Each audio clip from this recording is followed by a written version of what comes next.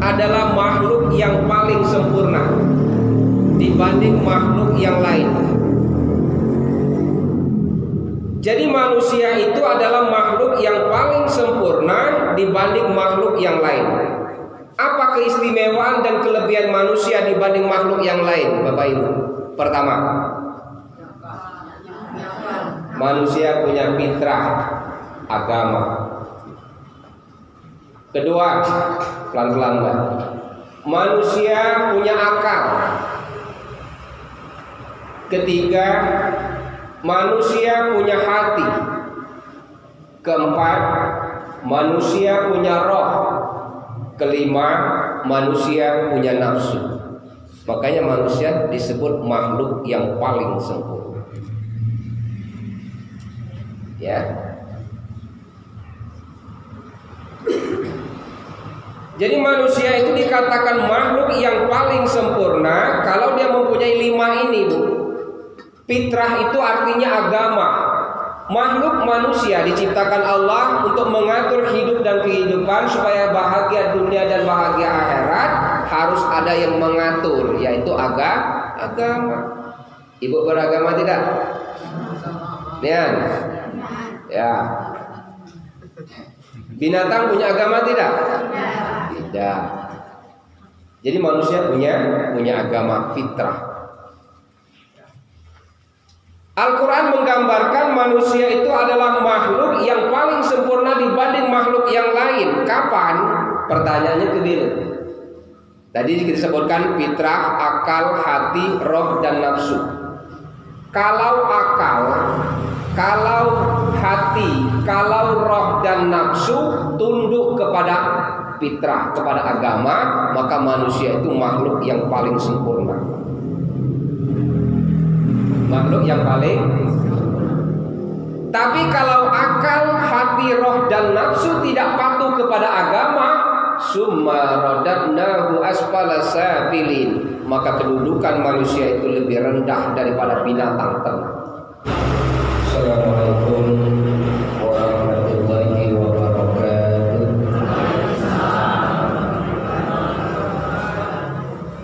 Alhamdulillahirabbil alamin. Salatu wassalamu ala rasulillah nabiyina Muhammadin wa ala alihi wa sahbihi ajma'in. Asyhadu an la ilaha illallah wa asyhadu anna Muhammadan abduhu wa rasuluh. Allahumma salli wa sallim ala sayyidina Muhammad wa ala ali sayyidina Muhammad, amma ba'd. Para alim ulama, para kiai, para ustaz dan ustazah yang hadir siang ini yang insyaallah dimuliakan Allah, ketua masjid beserta seluruh pengurusnya yang hadir yang kami hormati, dan ketua serta seluruh pengurus dan jamaahnya Majelis Taklim Badan Kontak Majelis Taklim atau BKMT Kecamatan Muara Payang, Kabupaten Lahat, serta seluruh jamaah dan yang teristimewa. Mohon izin, saya juga punya ibu yang hadir di sini dari BKMT Kecamatan Pagar Alam Utara. Yang terhormat Ibu Isniati Sarjana Pendidikan, serta seluruh orang tuaku atau jamaah yang datang dari desa Rakitan. Ma'asyiral muslimin, ibu-ibu, bapak-bapak yang insyaallah dimuliakan Allah. Sejenak kita manfaatkan waktu yang sedikit, Bu, ya. Kita santai saja sambil nyantet, sambil dengar. Mudah-mudahan apa yang kita sampaikan ini bernilai keberkahan dan ibadah dari Allah Subhanahu wa taala. Alhamdulillah, syukur di hari yang ketiga menutup akhir tahun ini. Mudah-mudahan Allah selalu menjaga iman dan Islam kita, menjaga kesehatan kita, Wa tilka ayyamu nunawiluha bainan nas. Dengan pergantian siang dan malam atau berputarnya waktu, minggu berganti minggu, bulan berganti bulan, tahun berganti tahun, itu melambangkan bahwa Allah itu mengajarkan kepada kita apakah kita harus menyambut tahun baru atau akan ketemu dengan alam yang baru ke depan. Salawat beriring salam, mari selalu senantiasa kita bersalawat kepada junjungan kita Nabi besar Nabi Muhammad Rasulullah sallallahu alaihi wasallam. Sejenak saya ingatkan para ibu dan jamaah sekalian, ketika ada kalimat ucapan salawat kita ucapkan kepada Nabi, maka balaslah dengan ucapan yang sama. Misalkan Allahumma shalli ala Sayyidina Muhammad wa ala ali Sayyidina Muhammad, maka ibu pun harus mengikuti ucapan itu. Ya. Diriwayatkan oleh Imam Ibnu Abbas, kalau satu kali kita mengucapkan kalimat berselawat kepada Nabi, Allahumma shalli ala Sayyidina Muhammad wa ala ali Sayyidina Muhammad, begitu banyak faedah dan nilai-nilai yang terkandung. Pertama, satu kali kita mengucapkan salawat kepada Nabi, Allah ampuni 10 dosa yang ada pada diri kita. Yang kedua, satu kali kita berselawat kepada Nabi, Allah tambah 10 kebaikan ibadah yang ada pada diri kita. Satu kali kita berselawat kepada Nabi, Allah akan angkat 10 derajat kita yang terpuji di hadapan makhluk yang lainnya.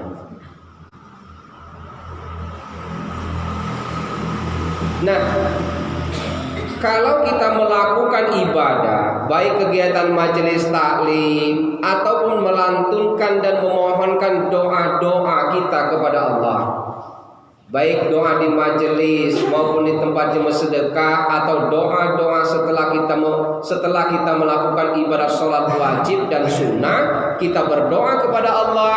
Kalau tidak ada kalimat salawat kepada Nabi, maka doa kita akan terhalang di hadapan Allah Subhanahu wa taala.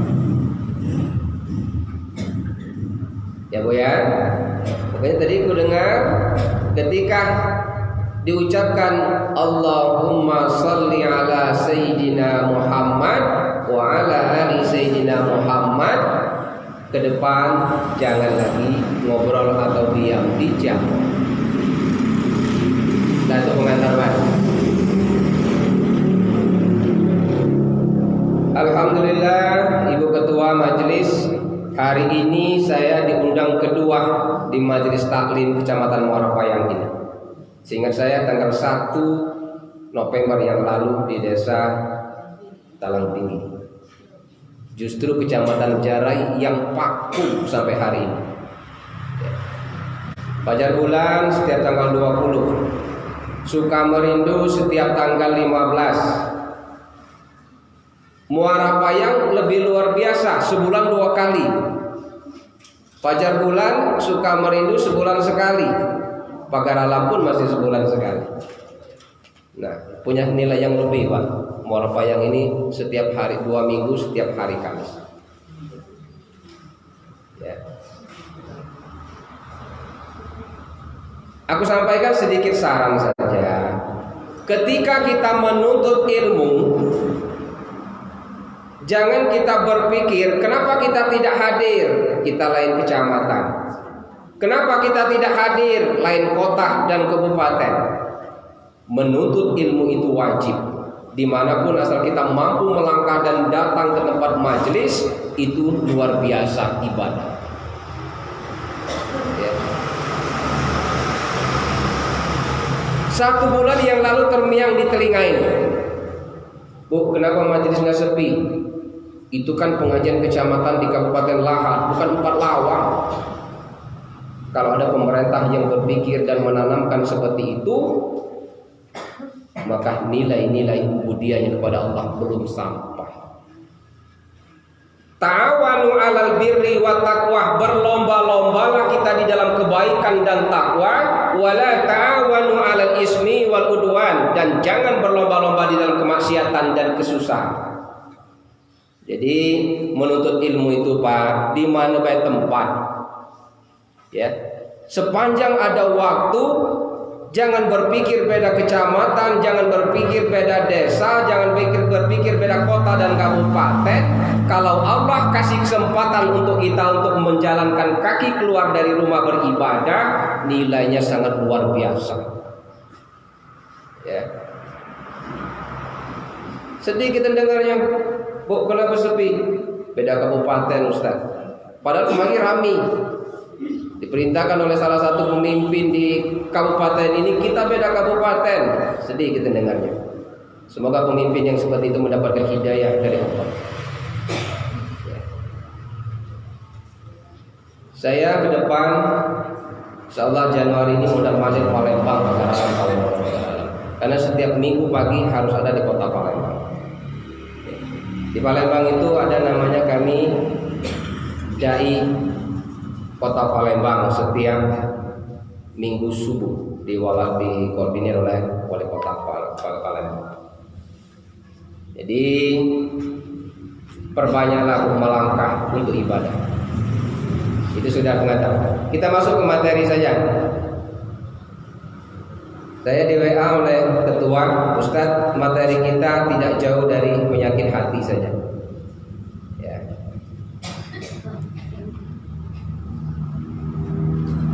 Manusia adalah makhluk yang paling sempurna dibanding makhluk yang lain.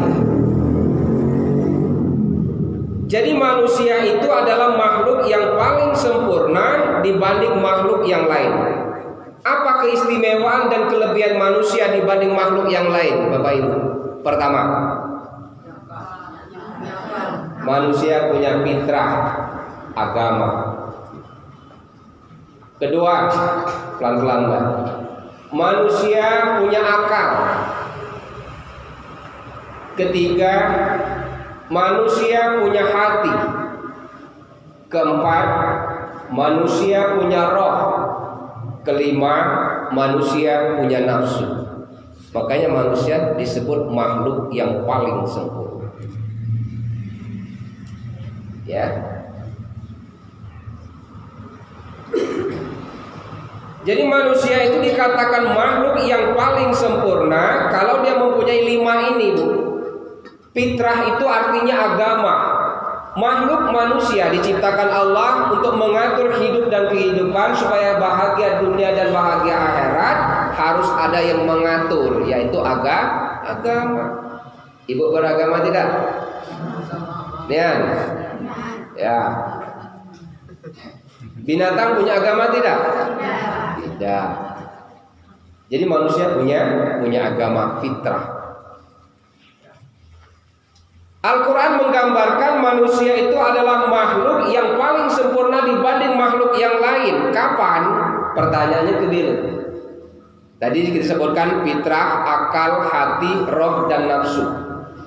Kalau akal, kalau hati, kalau roh dan nafsu tunduk kepada fitrah, kepada agama, maka manusia itu makhluk yang paling sempurna.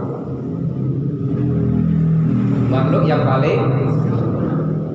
Tapi kalau akal, hati, roh, dan nafsu tidak patuh kepada agama, summa radadnahu asfala safilin, maka kedudukan manusia itu lebih rendah daripada binatang ternak. Ya. Jadi kalau akal walaupun cerdas tidak patuh dan taat kepada agama, kalau hati tidak tunduk kepada ajaran agama, kalau roh tidak tunduk kepada ajaran agama, kalau nafsu tidak tunduk kepada ajaran agama, summa radadnahu asfala safilin, kami jadikan manusia itu derajatnya lebih rendah daripada binatang ternak. Contoh akal. Bu, dulu kalau ditanya, kalau anak masuk ke dokteran, pintar apa bodoh? Pintar. Anak masuk ke dokteran itu pintar apa bodoh? Pintar. Kalau anak masuk ke dokteran, pasti orang-orang yang pintar.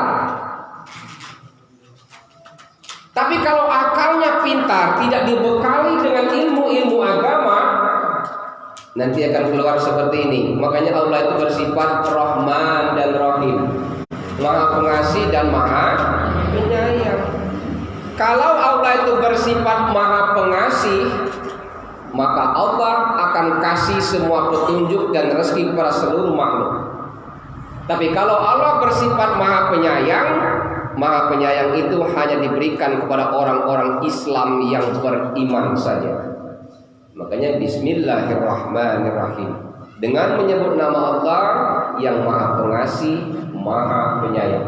Pengasih itu untuk seluruh makhluk. Tapi kalau Maha Penyayang, hanya Allah kasihkan kepada orang yang beriman saja. Nah, karena Allah ini Maha Pengasih, aku ibaratkan seperti ini. Anak kita sekolah kedokteran, cerdas akalnya, tapi tidak dibekali dengan fitrah ilmu agama. Begitu dia keluar jadi seorang dokter, buka praktek dari jam 4 sampai jam 8 malam. Sudah mendekati jam 7 malam, bahkan sudah hampir mendekati jam 8 malam, tidak ada orang yang berobat. Dia berdoa kepada Allah, ya Allah, kenapa tidak ada orang yang sakit hari ini? Baik apa benar kok doanya?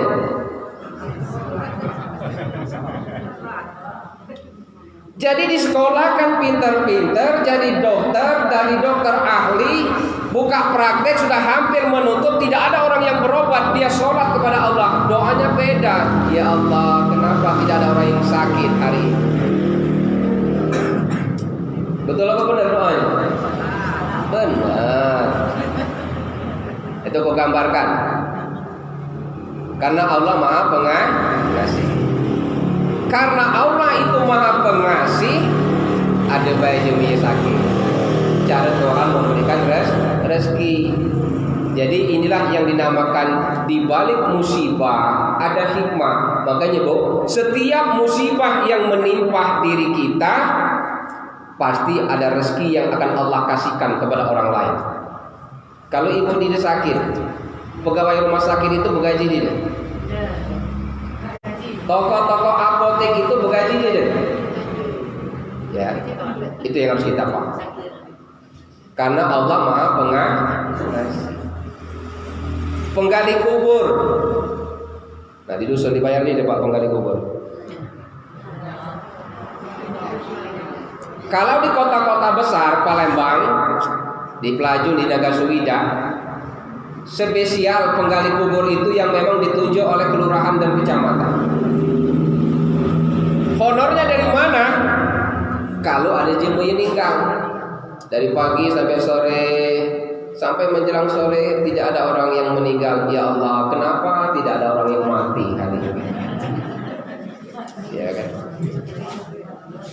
Karena Allah itu Maha Pengasih, ada orang yang mati, maka rezekinya Allah kasih. Innallaha la rizquha Allahu yarzuquha wa huwas samiul alim. Semua makhluk yang ada di alam ini rezekinya telah diatur oleh Allah.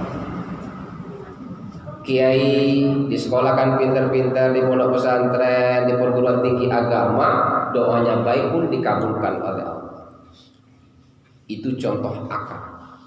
Dah kembali kepada materi. Hati. Di mana hati kita itu? Letaknya di mana?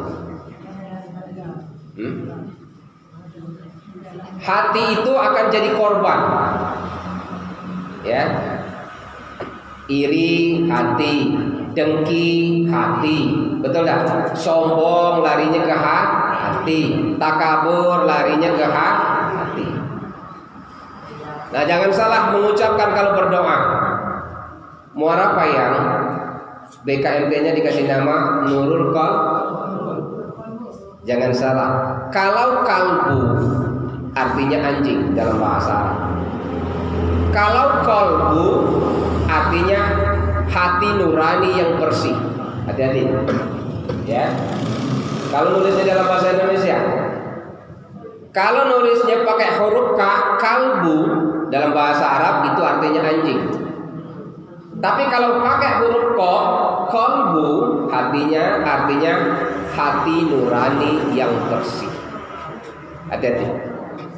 Ya, gue yang nulisnya hati-hati kalau di undangan. Nurul qalbu artinya cahaya hati kita. Rasulullah menjelaskan manusia itu dari 5 tadi ada hati. Nah, hati itu diumpamakan oleh Nabi segumpal darah yang ada pada badan kita ini. Kalau hati kita baik, maka semua perilaku dan semua kegiatan dan tingkah laku kita menjadi orang yang baik. Tapi kalau hati kita jahat, maka semua tingkah laku kita menjadi jahat. Ya. Nah, bagaimana cara kita supaya hati kita ini menjadi bersih dan bening? Pertama, ada 5 amalan supaya hati kita ini menjadi bening. Catat baik. 1. Sering membaca Al-Quran. Nanti kita bahas. 2. Memperbanyak sholat malam, garis miring sholat tahajud. Kalau cukup kita bahas hari ini. 3. Perbanyak melakukan ibadah puasa sunnah. Cara membersihkan hati. 4. Perbanyak beristighfar atau memohon ampunan kepada Allah. 5. Berusaha untuk berkumpul dan bersahabat dengan orang-orang yang soleh. 5 itulah cara kita membersihkan hati kita. Berkumpul bersama orang soleh. Nah, kita bahas yang pertama. Jam berapa? Jam 3 itu kasih tahu ya. Yang pertama apa, Bu? Nah, sering membaca Al-Quran. Apalagi tidak hanya membaca, memahami dan mengamalkan serta menghafal Al-Quran. Itu cara kita membersihkan hati. Aku nak bertanya kepada Bapak Ibu. Ketika orang marah, ketika dia marah tuh ada di dia yang baca Quran.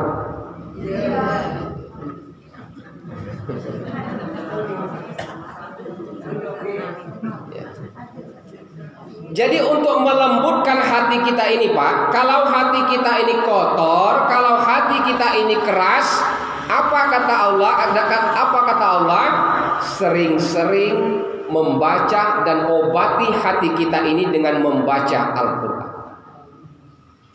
Quran surat Al-Isra ayat 82. Catat, boleh dibuka balik. Bunyinya model main ini. Wa nunazzilu minal Qur'an ma huwa shifaa'un wa rahmah.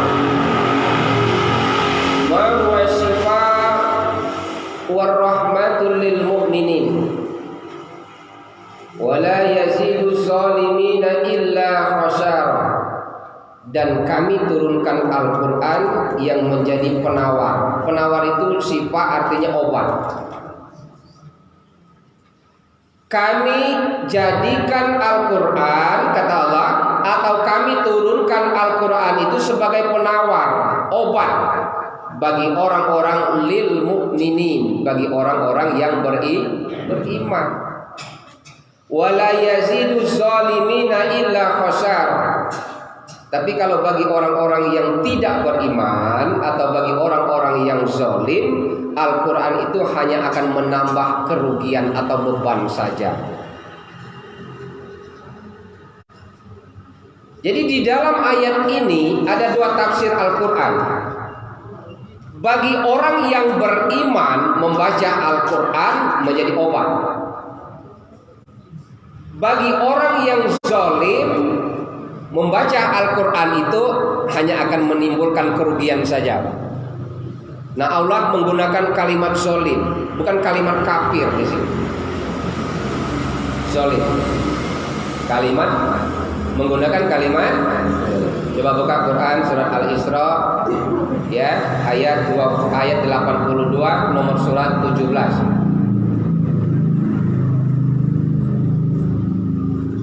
Dah pahami? Jadi melembutkan hati kita ini, ibu-ibu dan bapak-bapak sekalian, mulailah hari ini membaca Al-Quran itu selama 24 jam, walaupun satu kalimat jangan ditinggalkan. Jangan ditinggalkan. Saya pernah membaginya seperti ini saat kuliah. Al-Quran itu terdiri dari 6.666 ayat. 6.666 ayat. Kalau dihafal selama 3 tahun, lebih kurang 1 hari 3 ayat kita harus hafal. Lebih kurang 3 per hari itu 3 ayat kita harus hafal. Kita borongan. Makanya saya pernah ngomong model ini. Kalau di bulan suci Ramadan kita ingin melihat apakah ibadah Ramadan kita itu melekat dalam jiwa kita, kelihatan setelah keluar dari bulan suci Ramadan. Contoh, ketika masuk bulan suci Ramadan, rajin tadarus Quran. Betul nggak, Bu? Rajin tadarus Quran. Apalagi ibu-ibunya, Pak. 1 bulan itu bisa 2 kali khatam kalau itu.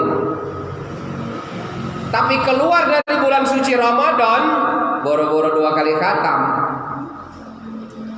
Sehari semalamnya belum tentu buka Quran. Betul ya, Bu? Ayo. Siapa yang hafal 1 juz saja di sini kira-kira? Ada tidak? Nah, jadi yang penting jangan ditinggalkan kita membaca Al-Quran. Jadi mengobati hati kita ini supaya bersih, supaya kita ubudiyah kita dekat kepada Allah, sering-sering membaca Al-Quran. Makanya Rasulullah ketika sahabat bertanya kepada Aisyah, "Ya Aisyah, apa akhlak Rasulullah itu?" Aisyah menjawab, "Kana khuluquhul Quran." Akhlak Rasulullah itu adalah Al-Quran yang berjalan. Kenapa dikatakan Rasulullah itu akhlaknya adalah Al-Quran? Karena semua ucapan Rasul, semua tingkah laku Rasul bercermin kepada tuntunan Al-Quran. Bagi orang yang beriman. Tapi bagi orang-orang yang zalim, membaca Al-Quran itu Pak rugi. Itu orang yang zalim. Orang zalim itu model ini. Orang belajar Al-Quran itu dalam surat Al-Fatir kurang lebih ayat 30 sampai 32 bunyinya model ini. Kita ini setelah belajar Al-Quran terbagi 3. Ya. Jadi manusia itu setelah belajar Al-Quran dia terbagi 3 kelompok. Summa awrasnal kitabal ladzina istafaina min ibadina. Kemudian kami turunkan ajaran Al-Quran itu kepada manusia, kata Allah. Artinya setelah kita ini belajar Al-Quran, manusia itu terbagi dalam 3 kelompok. Nah, kalian renungkan kita masuk kelompok mana? Kelompok yang pertama orang yang belajar Al-Quran. Faminhum zalimul linafsi. Ada orang yang belajar Al-Quran zalim kepada dirinya sendiri. Zalim kepada dirinya sendiri. Bagaimana contohnya ini? Dia belajar Al-Quran, dia mengamalkan Quran, dia menghafal Al-Quran, tapi zalim kepada dirinya sendiri. Contoh, sholat taat, kepingin kaya, masih jualan toge. Zalim kepada dirinya sendiri. Sholat, haji dan umrah,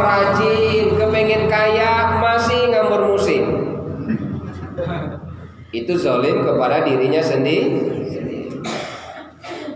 Ibadahnya taat kepada Allah, mengikuti ajaran sunnah Rasul, tapi semua kegiatan-kegiatan yang mencerminkan kehidupan dunia supaya bahagia dilakukan.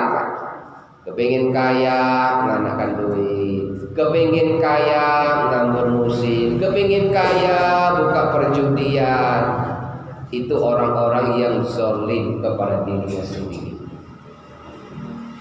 Jadi orang-orang yang zalim kepada dirinya sendiri itu ucapannya tidak sesuai dengan tingkah lakunya. Makanya di dalam ayat ini wala yazidu zalimina illa khasar.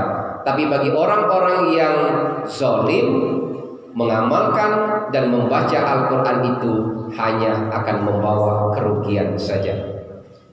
Nah, banyak di dunia nih Pak, diajak bermajelis, diajak baca Quran, diajak kumpul dengan orang-orang soleh, sibuk urusan dunia.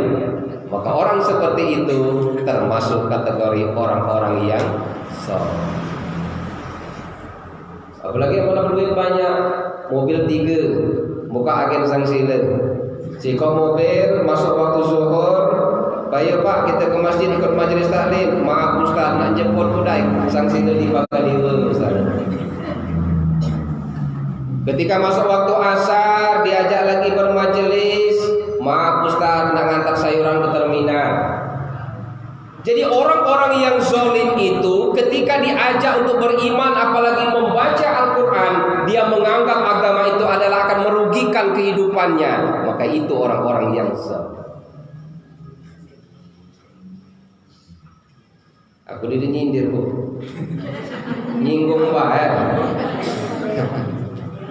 Orang yang zalim itu kelompok pertama yang belajar Al-Quran.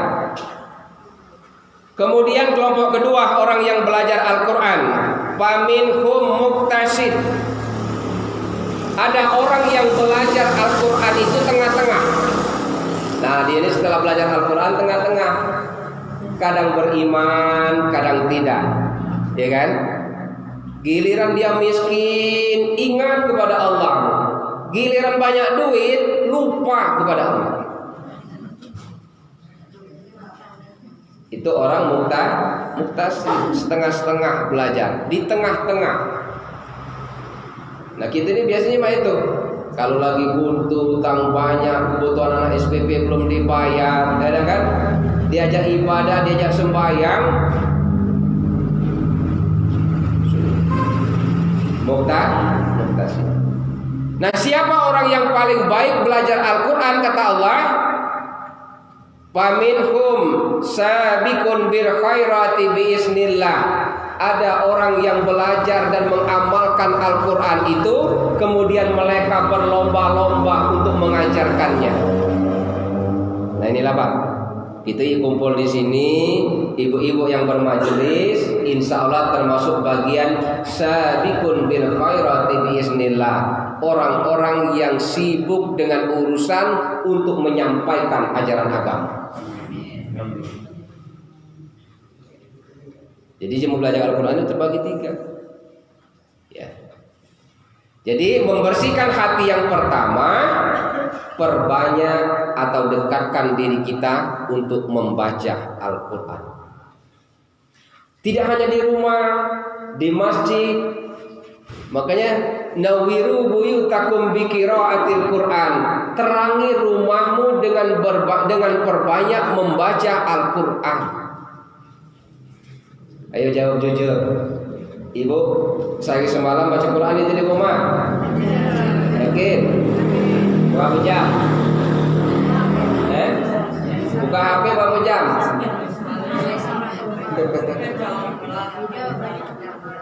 Aku ajarin teorinya. Kita punya teori masing-masing belajar ya. Kalau saya pribadi belajar dan menghafal Quran itu biasanya habis subuh sampai jam 6 pagi. Itu yang waktu lebih efektif. Ya. Kenapa waktu pagi itu lebih tenang? Kita bangun tidur lebih. Empok pergi pegawai ke kebun, ke kantor, ke pasar, pastilah lewat jam 6. Jadi manfaatkanlah waktu setelah sholat subuh, jangan meranjak dari sejadah, bacalah dan pelajari agama. Itu waktu yang paling efektif, Pak. Ya Bu ya, itu waktu yang paling efektif. Aku kenalkan seorang ulama besar, ahli ilmu fikih. Kita tuh imam mazhab itu ada Syafi'i, ada Hanafi, ada Maliki, ada Syafi'i, ada Hambali. Imam Syafi'i itu hafal Al-Quran ketika berusia 7 tahun. Nah, bayangkanlah Pak. Imam Syafi'i itu hafal Quran usia 7 tahun. Kita berapa tahun?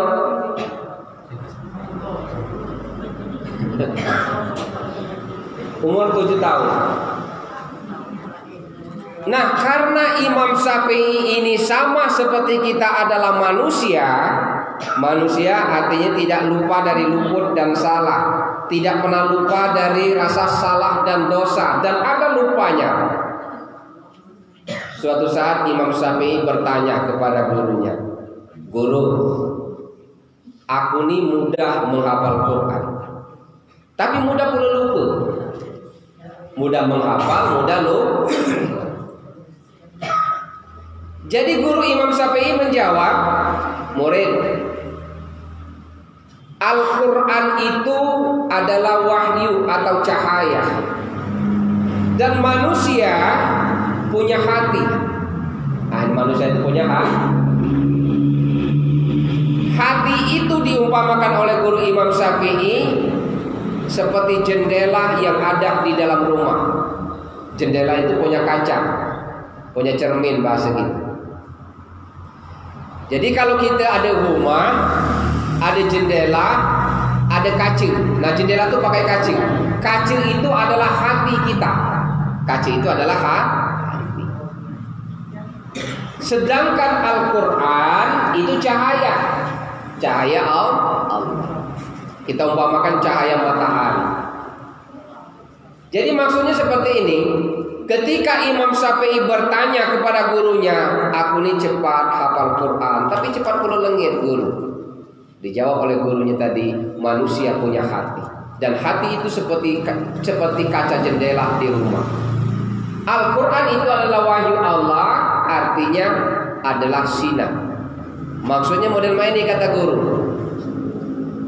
Sinar itu tidak akan masuk ke dalam rumahmu, ke dalam rumah, kalau rumahmu itu punya jendela dan kacanya kotor. Terhalang Pak sinar. Kacanya kok. Kaca tadi apa Bu? Hati. Jadi sinar itu tidak akan masuk seutuhnya kalau kaca jendela itu kotor, maka akan mantul. Jadi artinya bagaimana? Al-Quran itu tidak akan hafal, Al-Quran itu tidak akan masuk di dalam hati kita kalau hati kita ini kotor. Hati kita kok, coba ya, kalau hati kita kotor. Jadi bagaimana membersihkan hati? Iringi kesalahanmu dengan kebaikan. Iringi kesalahan kita dengan kebaikan. Bagaimana cara-cara kebaikan? Di antaranya perbanyak membaca Al-Quran. Kenapa? Karena manusia itu tempat salah dan dosa. Kita nih Bu, kalau pikiran kotor, hati kotor, jangankan ilmu masuk, rungsing bawaan. Betul tak? Nak marah apa bawaan?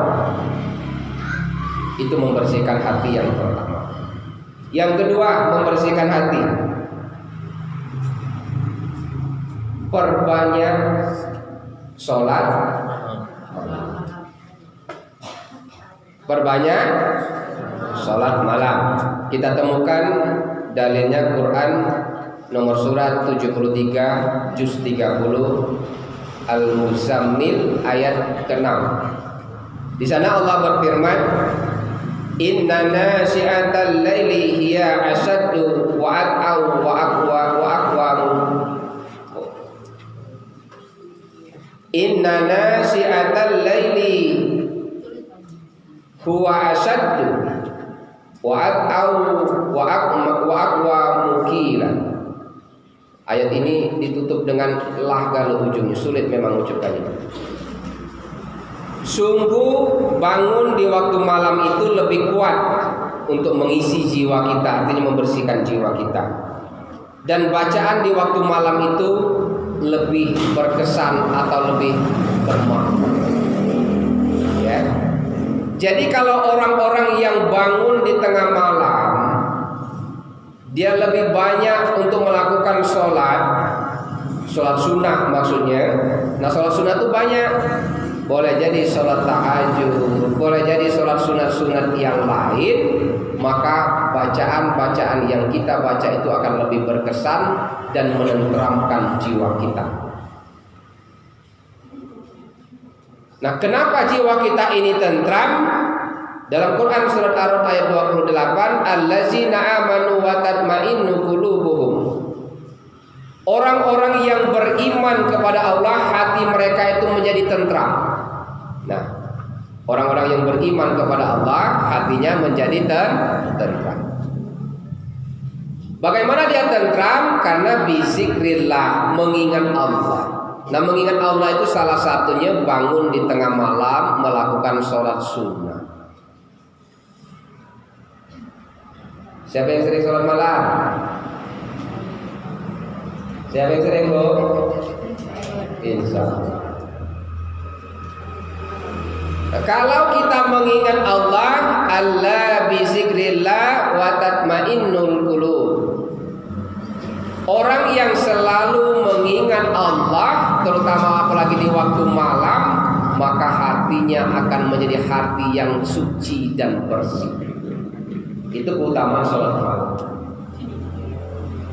Jadi kalau kita bangun malam, sholat tahajud misalnya, sholat tahajud itu syaratnya walaupun 1 menit harus tidur dulu.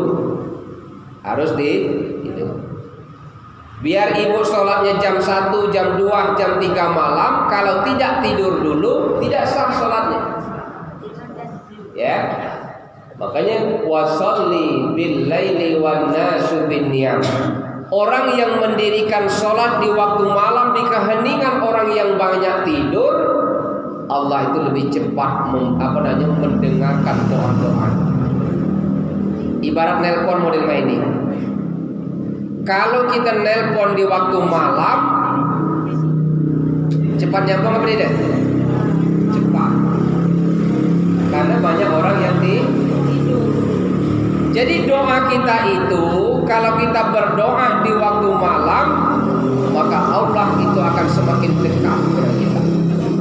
Akan semakin dekat di waktu malam.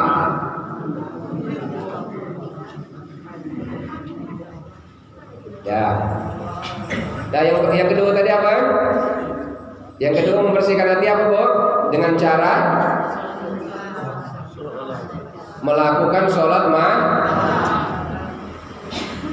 Kalau ibu ingin membuktikan bahwa Allah itu ada, ya, sebelum tidur di waktu malam habis sholat isya, berdoalah kepada Allah, ya Rabb, bangunkan aku di sepertiga malam, aku ingin melakukan kegiatan ibadah sholat sunnah di waktu malam. Pasti bangun.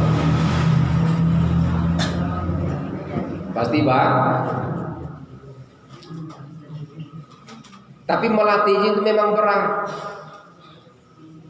Makanya sholat sunnah yang diajarkan oleh Rasulullah, sholat tahajud di waktu malam itu, kalau Rasul paling sedikit 11 rakaat, paling banyak 13 rakaat. Itu Rasul. Nah, kita umatnya ini minimal sholat tahajud itu 2 rakaat jadilah, tutup witir 1 rakaat. Sanggup tidak kira-kira?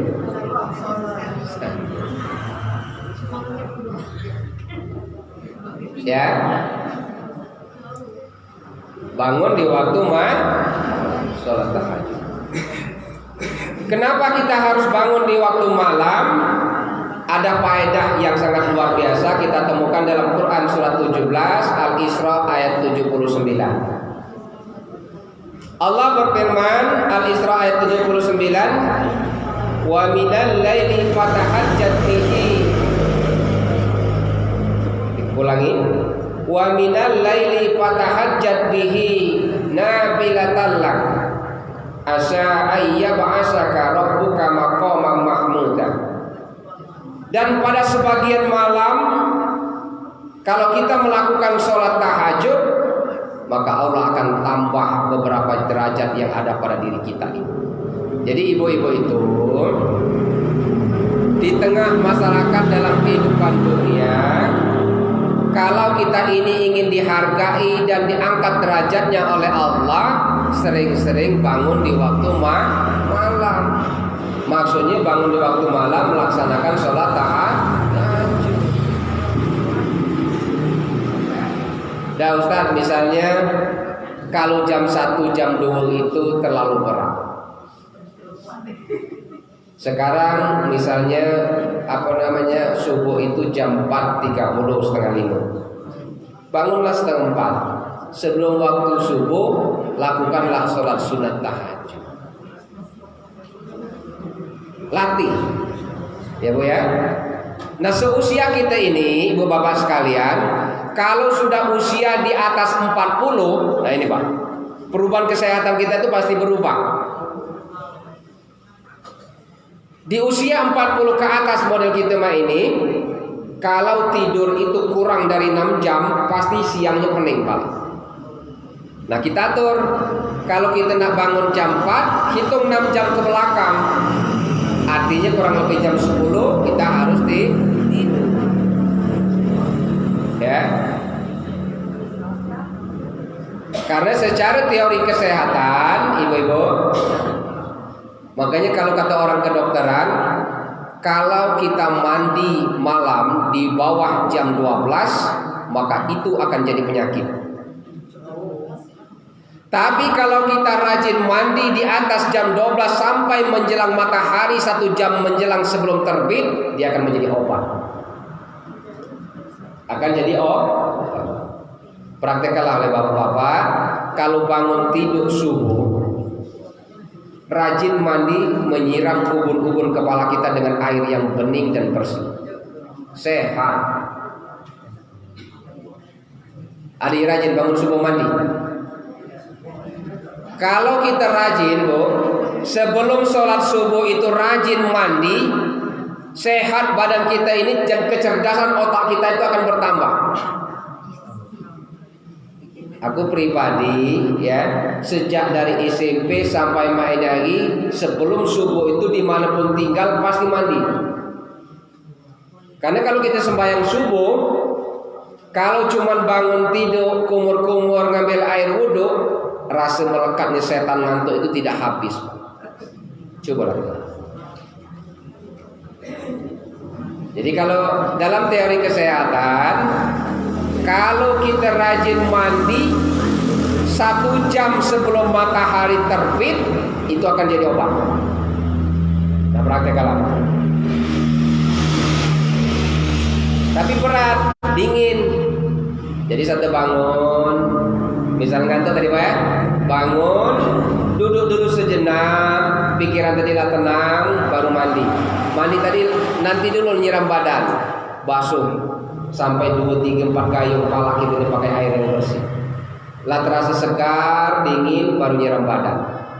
Baru kita melakukan sholat sunnah atau sholat subuh dan sebagainya. Itu waktu yang lebih efektif. Tapi memang berat untuk meraktekannya. Apalagi lah usia-usia model ini ya, sangat berat. Jadi yang kedua, melakukan sholat malam.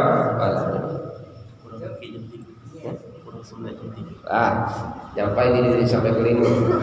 Yang ketiga, membersihkan hati, memperbanyak istighfar atau bertobat kepada Allah. Beristighfar kepada Allah artinya memohon ampun kepada Allah. Ada ungkapan seperti ini, orang yang baik bukan orang yang selalu berbuat kebaikan. Orang yang jahat bukan berarti orang yang selalu melakukan kejahatan. Tapi orang yang baik adalah orang yang selalu mengingat dan mencari kesalahannya, kemudian dia mengintrospeksi diri dan memperbaiki hari ini lebih baik daripada hari kemarin. Itu orang yang baik. Ya. Jadi orang yang baik itu bukan orang yang selalu berbuat kebaikan, atau bukan berarti orang yang selalu melakukan kesalahan, tapi orang yang baik adalah orang yang selalu mencari kesalahannya. Hari ini harus lebih baik daripada hari kemarin. Itulah orang yang baik. Jadi yang ketiga, perbanyak beristighfar atau bertobat kepada Allah Subhanahu wa taala. Dalam Quran surat Ali Imran 130 sampai 134 ada kalimat menjelaskan seperti ini.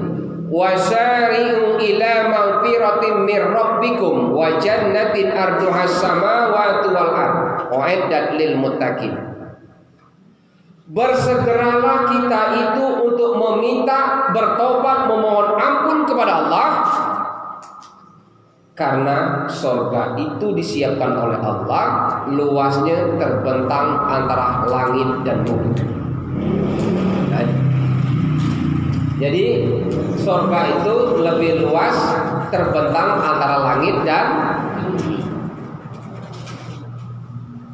Sebesar apapun kesalahan dan dosa kita, ya, sebesar apapun kemaksiatan dan kelalaian yang pernah kita kerjakan, anggaplah selama ini kita hidup maksiat, jauh beribadah, berkumpul dengan orang-orang yang bukan orang soleh.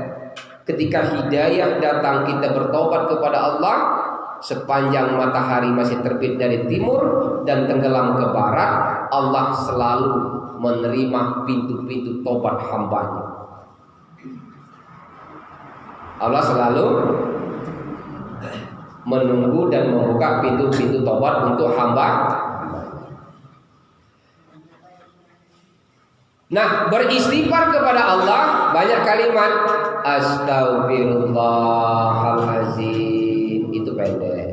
Atau astaghfirullahalazim wa atubu ilaihi. Wa atubu ilaihi itu artinya bertobat dan tidak mengulangi kesalahan kembali. Kalau astaghfirullahalazim, ya Allah ampuni misalnya dosa kita ini, dosa kami. Bisa jadi tobatnya seperti tobat sampal, waktu kepedasan berhenti, habis pedas ngulang lagi. Ya. Jadi kalau kita beristighfar kepada Allah, astaghfirullahalazim wa atubu ilaihi, beristighfar memohon ampun kepada Allah dan tidak akan mengulangi lagi kesalahan-kesalahan yang pernah kita lakukan. Itu yang namanya beristighfar atau memohon ampun kepada Allah. Jadi melembutkan hati kita, perbanyak diri kita ini untuk beristighfar dan memohon ampun kepada Allah. Rasulullah Nabi Muhammad itu dosanya yang dulu, yang sekarang, bahkan yang akan datang sudah diampuni oleh Allah. Nah, bayangkanlah. Nabi Muhammad itu dosanya yang dulu, yang sekarang, bahkan yang akan datang sudah diampuni oleh Allah. Tapi selama 24 jam sehari semalam, Rasulullah paling sedikit beristighfar kepada Allah 83 kali. Apa ya? Berapa istighfar Rasul? 83 kali. Kita berapa kali, Bu? Lebih. Nah, bayangkan Nabi Muhammad orang yang sudah mendapat jaminan ampun. Dosanya saat ini, dosanya yang sekarang, ya, yang saat ini, dosanya yang lalu-lalu, dan dosanya yang akan datang telah dapat ampunan dari Allah, dijamin dapat ampunan. Tapi Rasul tetap beristighfar kepada Allah sehari semalam paling sedikit 83 kali. Nah kita kalau lebih kurang dari 83 kali artinya belum termasuk bagian mengikuti sunnah. Nah kalau 83 itu misalnya setiap sembahyang 5 waktu 83 dibagi 5 berapa dapat? Berapa dapat? 15, 16, 17?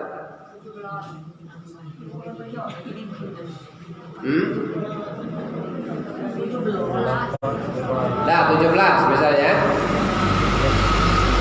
Nah setiap habis sholat diwiridkan minimal kita beristighfar 17 kali supaya bisa mengikuti Rasul sehari semalam 83 kali. Paling sedikit Nabi itu beristighfar sehari semalam 83 kali. Dan sholat malam tidak pernah tinggal Rasulullah. Nabi yang sudah mendapat jaminan ampun. Nah kita dapat jaminan belum? Yang keberapa tadi?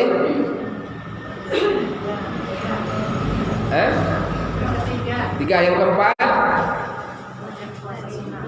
banyak-banyak melakukan puasa. Nah untuk membersihkan hati kita supaya lembut dan bersih, banyak-banyak melakukan ibadah puasa, mengosongkan diri. Makanya di dalam bulan suci Ramadan kita sering mendengar hadis Nabi seperti ini, sumu tasihu, berpuasalah kamu, niscaya kamu akan sehat. Orang yang puasa itu pasti sehat. Kenapa? Pertama, asyamuni wa ana ajzibi, kata Allah, puasa untukku dan aku yang tahu berapa pahala yang akan ku kasih. Ada di dia mau puasa mati. Pernah tidak kita dengar? Ada tidak orang yang berpuasa sampai mati? Tidak. Karena kalau kita rajin puasa, ya, semua kotoran-kotoran yang ada di badan kita ini akan terbakar. Contoh baik, ibu nak belajar atau ibu nak ikut bermajelis taklim jam 1 tadi datang ke sini. Habis zuhur ibu makan kenyang. Duduk di belakang nyandau pasti tidur. Ya kan? Jadi kalau kita nak belajar, kalau kita nak beribadah, kalau perut kita kenyang pasti ngantuk dan ilmu tidak akan masuk. Praktekal lagi. Nah pengajian 2 minggu pagi, hari Kamis di BKMT Muara Payang ini, sebelum pengajian setengah jam atau 1 jam sebelum pengajian makanlah kenyang-kenyang kamu sendiri. Mudah cirinya Pak. Kalau dia nyandang ngantuk pasti kenyang. Anda percaya praktekal harus lakukan ya. Jadi perbanyak kita melakukan ibadah puasa. Yang terakhir, yang kelima, bagaimana membersihkan hati kita? Berusahalah untuk bersahabat dan berkumpul bersama orang-orang yang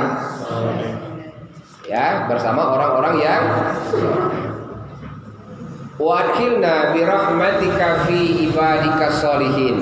Itu doa Nabi Sulaiman dalam Quran surat An-Naml ayat 19. Nabi Sulaiman, kenal Nabi Sulaiman Bu? Di mana? Nabi Sulaiman itu dia nabi, dia orang yang kaya, dia umarah, dia pemimpin, tapi kaya. Walaupun Nabi Sulaiman kaya, dia punya ilmu yang luas. Bukan hanya ilmu, mendengar pembicaraan semut sekecil itu pun dia sanggup. Makanya kita pernah dengar sejarah ketika Nabi Sulaiman berjalan bersama bala tentaranya, ya kan? Semut ngomong, Raja Semut ini ngomong dengan pasukannya, masuklah ke dalam lubang, nanti kita terinjak oleh injakan Nabi Sulaiman dan tentaranya. Pernah dengarnya? Buka Quran surat An-Naml ayat 19, nomor surat 27. Ya. Jadi Nabi Sulaiman itu dia kaya, dia mampu mendengar pembicaraan makhluk. Ketika semut ngomong, rajanya, semut masuklah ke dalam lubang karena Nabi Sulaiman akan lewat bersama bala tentaranya, nanti kita terinjak. Kedengaran oleh Nabi Sulaiman.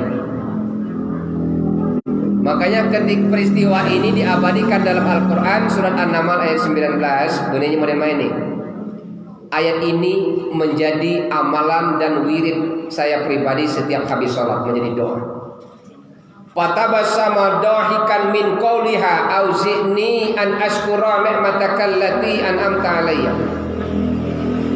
wa ala walidayya wa an a'malan sholihan tarda wa adkhilna bi rahmatika fi ibadika sholihin. Nah, telah dicatat di rumah, dibuka. Ketika Nabi Sulaiman mendengar semut, kalimat pertama apa yang diucapkan Nabi Sulaiman? Fatabassama dahikan min qawliha wa qala rabbi auzi'ni an ashkura.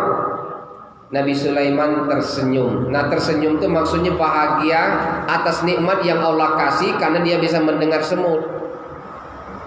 Ya, dia bersyukur kepada Allah. Rabbi auzi'ni an ashkura. Apa ketika Nabi Sulaiman? Rabbi auzi'ni an ashkura. Ya Allah, jadikan aku ini hamba yang selalu bersyukur atas semua nikmat. Ya, atas semua nikmat Allah. Wa ala walidayya, sebagaimana Allah mengasihi, sebagaimana Allah memberikan rahmat kepadaku, kata Nabi Sulaiman, dan kepada kedua ayah dan ibu. Wa an a'malan sholihan tardah. Ya Rabb, bimbinglah aku ini supaya melakukan amal-amal yang soleh. Wa adkhilna bi rahmatika fi ibadika sholihin, dan kelompokkan aku agar bersama orang-orang yang soleh. Nah, ini jadi ada kalimat wa'adkhilni, kalau berdoa wa'adkhilna atau wa'adkhilni, ini itu untuk kita pribadi. Kalau wa'adkhilna untuk kita semua. Wa'adkhilni birahmatika fi ibadika sholihin. Doa Nabi Sulaiman, ya Allah, kumpulkan kami bersama orang-orang yang soleh. Jadi kalau ibu dan bapak ingin termasuk bagian dari orang-orang yang hatinya dijaga oleh Allah, salah satunya bersahabatlah dengan orang-orang yang, istilahnya model ini, kita berkawan dengan orang baik. Kalau ibu dan bapak bersahabat dengan tukang minyak wangi, pasti kebagian wanginya. Tapi kalau bapak dan ibu bersahabat dengan tukang pembuat arang, pasti kebagian hitam. Artinya model ini, kalau kita bersahabat dengan orang-orang yang soleh, orang-orang yang baik, paling tidak diajak kepada kebaikan. Tapi kalau kita berkumpul bersahabat dengan orang-orang yang jahat, pasti kebagian yang jahat-jahat. Jadi itulah ibu bapak sekalian, siang ini kita hanya bisa menjelaskan 5 cara untuk membersihkan hati kita. Pertama, perbanyak membaca dan mengamalkan Al-Quran. Yang kedua, rajin-rajin sholat di waktu malam. Yang ketiga, banyak beristighfar kepada Allah. Yang keempat, melakukan ibadah puasa. Yang kelima, berkumpul dan bersahabatlah dengan orang-orang yang, itulah 5. Semoga Allah membimbing kita untuk bisa mengamalkan dan mengajarkannya dan menjadi bagian ibadah kita kepada Allah Subhanahu wa taala. Ibu dan bapak sekalian, saya mohon izin, jika diizinkan, berkenan, saya WA ibu ketua dari pagi tadi tapi tidak terbaca. Mungkin karena sinyal atau karena paket ya. Nanti setelah pulang saya titip amplop donasi, ya. Karena niat ingin membangun pondok pesantren di Ulu Rambai Kaca. Alhamdulillah sejak Agustus sampai hari ini sudah terkumpul lebih kurang 11 juta rupiah. mulai dari majelis Pagar Alam sampai majelis terakhir di Muara Jauh dengan Kiai Rosihan Ahmad. Nanti saya titip nanti amplop, ada 1000, ada 500. Silakan nak sebulan lagi nak musim mengumpulkannya ke Ibu Ketua, nanti dikumpul ke ibu saya, Ibu Isniati sebagai bendahara. Silakan nanti kami pastikan menjelang balik, setelah balik terserah ya, dan sebagainya. Itu saja yang dapat disampaikan sore ini. Kalau ada yang bertanya Bu, silakan. Ya, kita buka diskusi tanya jawab.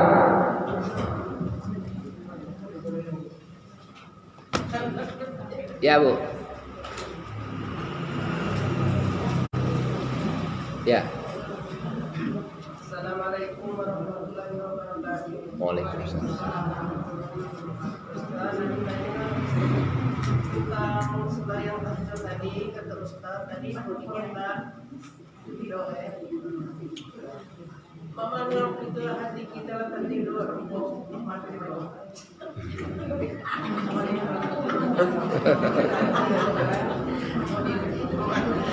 Assalamualaikum warahmatullahi wabarakatuh. Ya. Hatinya ya tidur, matanya jegel. Aku nak bertanya, kalau kita bertanya misalnya jemut tidur itu mau jam apa jegel? Pada umumnya model lain. Ada jemut itu matanya tidur tapi hatinya tidak tidur. Ada yang hatinya tidur, matanya tidak tidur. Rasulullah itu ya, Nabi Muhammad itu walaupun matanya tidur, hatinya tidak pernah tidur. Jadi 24 jam semasa Rasulullah hidup ya, walaupun matanya tidur, hatinya tidak pernah tidur. Selalu mendapatkan bimbingan wahyu. Itu Rasul. Kalau kita mata tidur, hati pun tidur. Nah kita pilih yang mana kita kebanyakan ya. Jadi model main ini. Kalau ibu hatinya tidur, matanya tidak, mana yang terjemahkannya ya? Hawa nafsunya sudah tertidur. Hawa nafsunya sudah.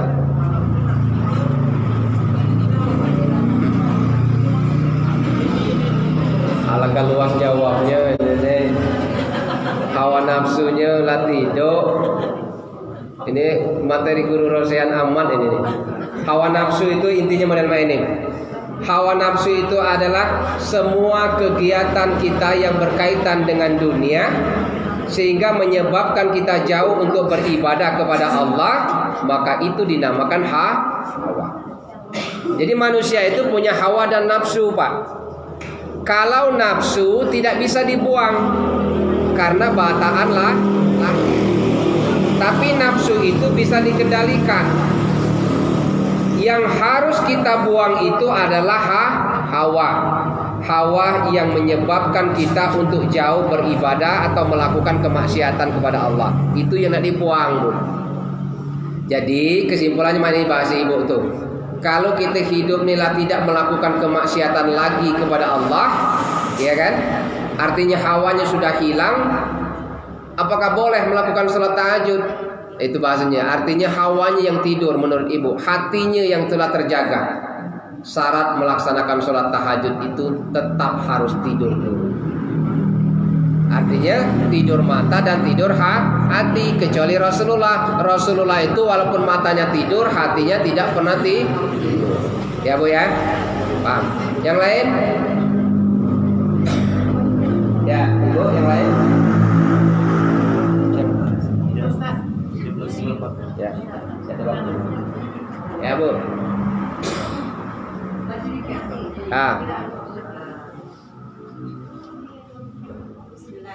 Assalamualaikum warahmatullahi wabarakatuh.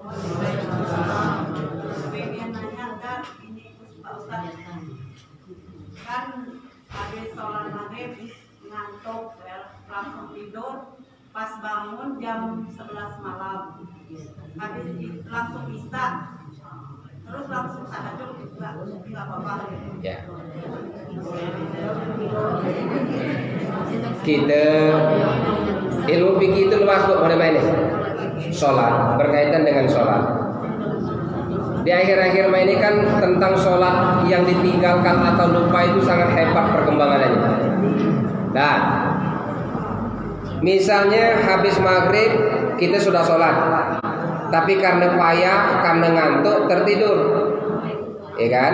Pas terbangun, anggaplah terbangun ini belum sampai waktu subuh, ya, belum sampai waktu subuh. Boleh langsung kita kerjakan sholat isya dan disambung dengan sholat tahajud. Isyanya dapat karena kita tadi tertidur, tapi belum masuk waktu sholat subuh. Tahajudnya dapat karena kita telah tidur, maka itu boleh. Nah, macam mana kalau seandainya habis maghrib kita tadi sholat, tapi habis maghrib tertidur, pas terbangun lah lewat subuh. Nah, misalnya, ya kan, terbangun lewat subuh. Anggaplah sudah masuk waktu subuh sehingga sholat isya tidak mungkin lagi. Ini namanya ma'fu anhu, dimaafkan dalam ilmu fikih, tetapi sholatnya yang tertinggal tetap harus diqodho. Nah, kalau kita lupa sholat atau meninggalkan sholat, kesepakatan 4 imam mazhab nih, Hanafi, Maliki, Syafi'i dan Hambali. Kalau kita meninggalkan sholat yang pernah tinggal karena lupa atau karena memang dulu mungkin kita tidak pernah ibadah, maka menurut 4 imam mazhab tetap harus diqodho. Misal kemarin kita lupa sholat asar, kemarin lupa ini karena kesibukan, ya, atau memang lupa nih. Hari ini kita sholat asar, habis sholat asar yang hari ini kita kodok yang kemarin. Usolli fardu asari arba'a raka'atin kodoan, ganti, bukan koboan bu, kodoan. Lillahi ta'ala. Ya Allah, saya niat sholat asar fardu hari ini 4 rakaat, mengkodok atau mengganti yang kemarin atau yang lupa-lupa. Tinggal ya, kita kerjakan di waktu sholat yang sama. Itu menurut 4 imam mazhab. Sepakat kalau kita meninggalkan sholat harus diganti. Tapi kalau menurut Syekh Imam Ibnu Taimiyah, kalau kita meninggalkan sholat tidak mesti harus dikodok katanya. Banyak amalan-amalan yang lain. Contoh, bukankah di bulan suci Ramadan, man shoma Ramadan imanan wa ihtisaban ghufira lahu ma taqaddama min dzanbi. Barang siapa yang beribadah puasa karena iman, Allah ampuni semua dosa yang pernah dia lakukan. Gugul katanya, Pak. Atau dengan sholat taubatan nasuha, beristighfar kepada Allah dan tidak mengurangi perbuatan maksiat yang pernah dilakukan, diganti dengan kebaikan-kebaikan, tidak mesti harus diqodho. Menurut Imam Ibnu Taimiyah. Jadi mana yang harus kita pakai dua pendapat ini, Ustadz? Dalam pendekatan ilmu-ilmu fikih, tergantung kita itu kuat apa tidak. Kalau ibu kuat nak mengkodok, lakukan. Kalau tidak kuat, mungkin mengikuti pendapat Imam Ibnu Taimiyah. Salat taubat kepada Allah, tidak mengulangi lagi perbuatan yang lalu, dan perbanyak beristighfar kepada Allah. Ya Bu ya? Cukup? Yang lain? Coba Pak. Ya. Langsung ya. Lanjut ke sholat witir ya. Itu lebih baik dikerjakan di waktu habis isya atau setelah tahajud, mana yang lebih baik? Ya. Sholat witir sebagian para ulama menjelaskan adalah sholat ganjil penutup dari setiap akhir sholat sunnah. Ya kan? Nah, sholat witir ini para ulama-ulama kita banyak kontroversi dan berbeda pendapat. Orang Muhammadiyah dia berpendapat sholat witir itu di akhir sholat sunnah yang kita kerjakan. Misalnya kita melaksanakan sholat sunnah itu anggaplah sholat sunnah tahajud, artinya dikerjakan setelah sholat tahajud. Sebagian ulama yang lain berpendapat boleh kita kerjakan sholat witir itu tidak mesti di akhir sholat sunnah. Contoh, tidak mesti di akhir sholat sunnah. Ketika di bulan suci Ramadan, ibu melaksanakan sholat tarawih 8 rakaat. Kemudian imam langsung menyambung witir 3 rakaat. Habis sholat tarawih. Apakah nanti ketika tidur kita bangun melaksanakan sholat tahajud harus witir lagi? Tidak perlu harus dilakukan lagi. Itu pendapat pertama. Misalnya ibu saat tarawih tadi melakukan sholat witir, tengah malam bangun lagi sholat tahajud, witir lagi. Ibu melakukan sholat witir setelah tahajud, padahal di waktu tarawih dikerjakan, maka ibadah witir di waktu sholat tarawih menjadi hangus ataupun gugur, diganti pada sholat yang terakhirnya. Ya, jadi itu.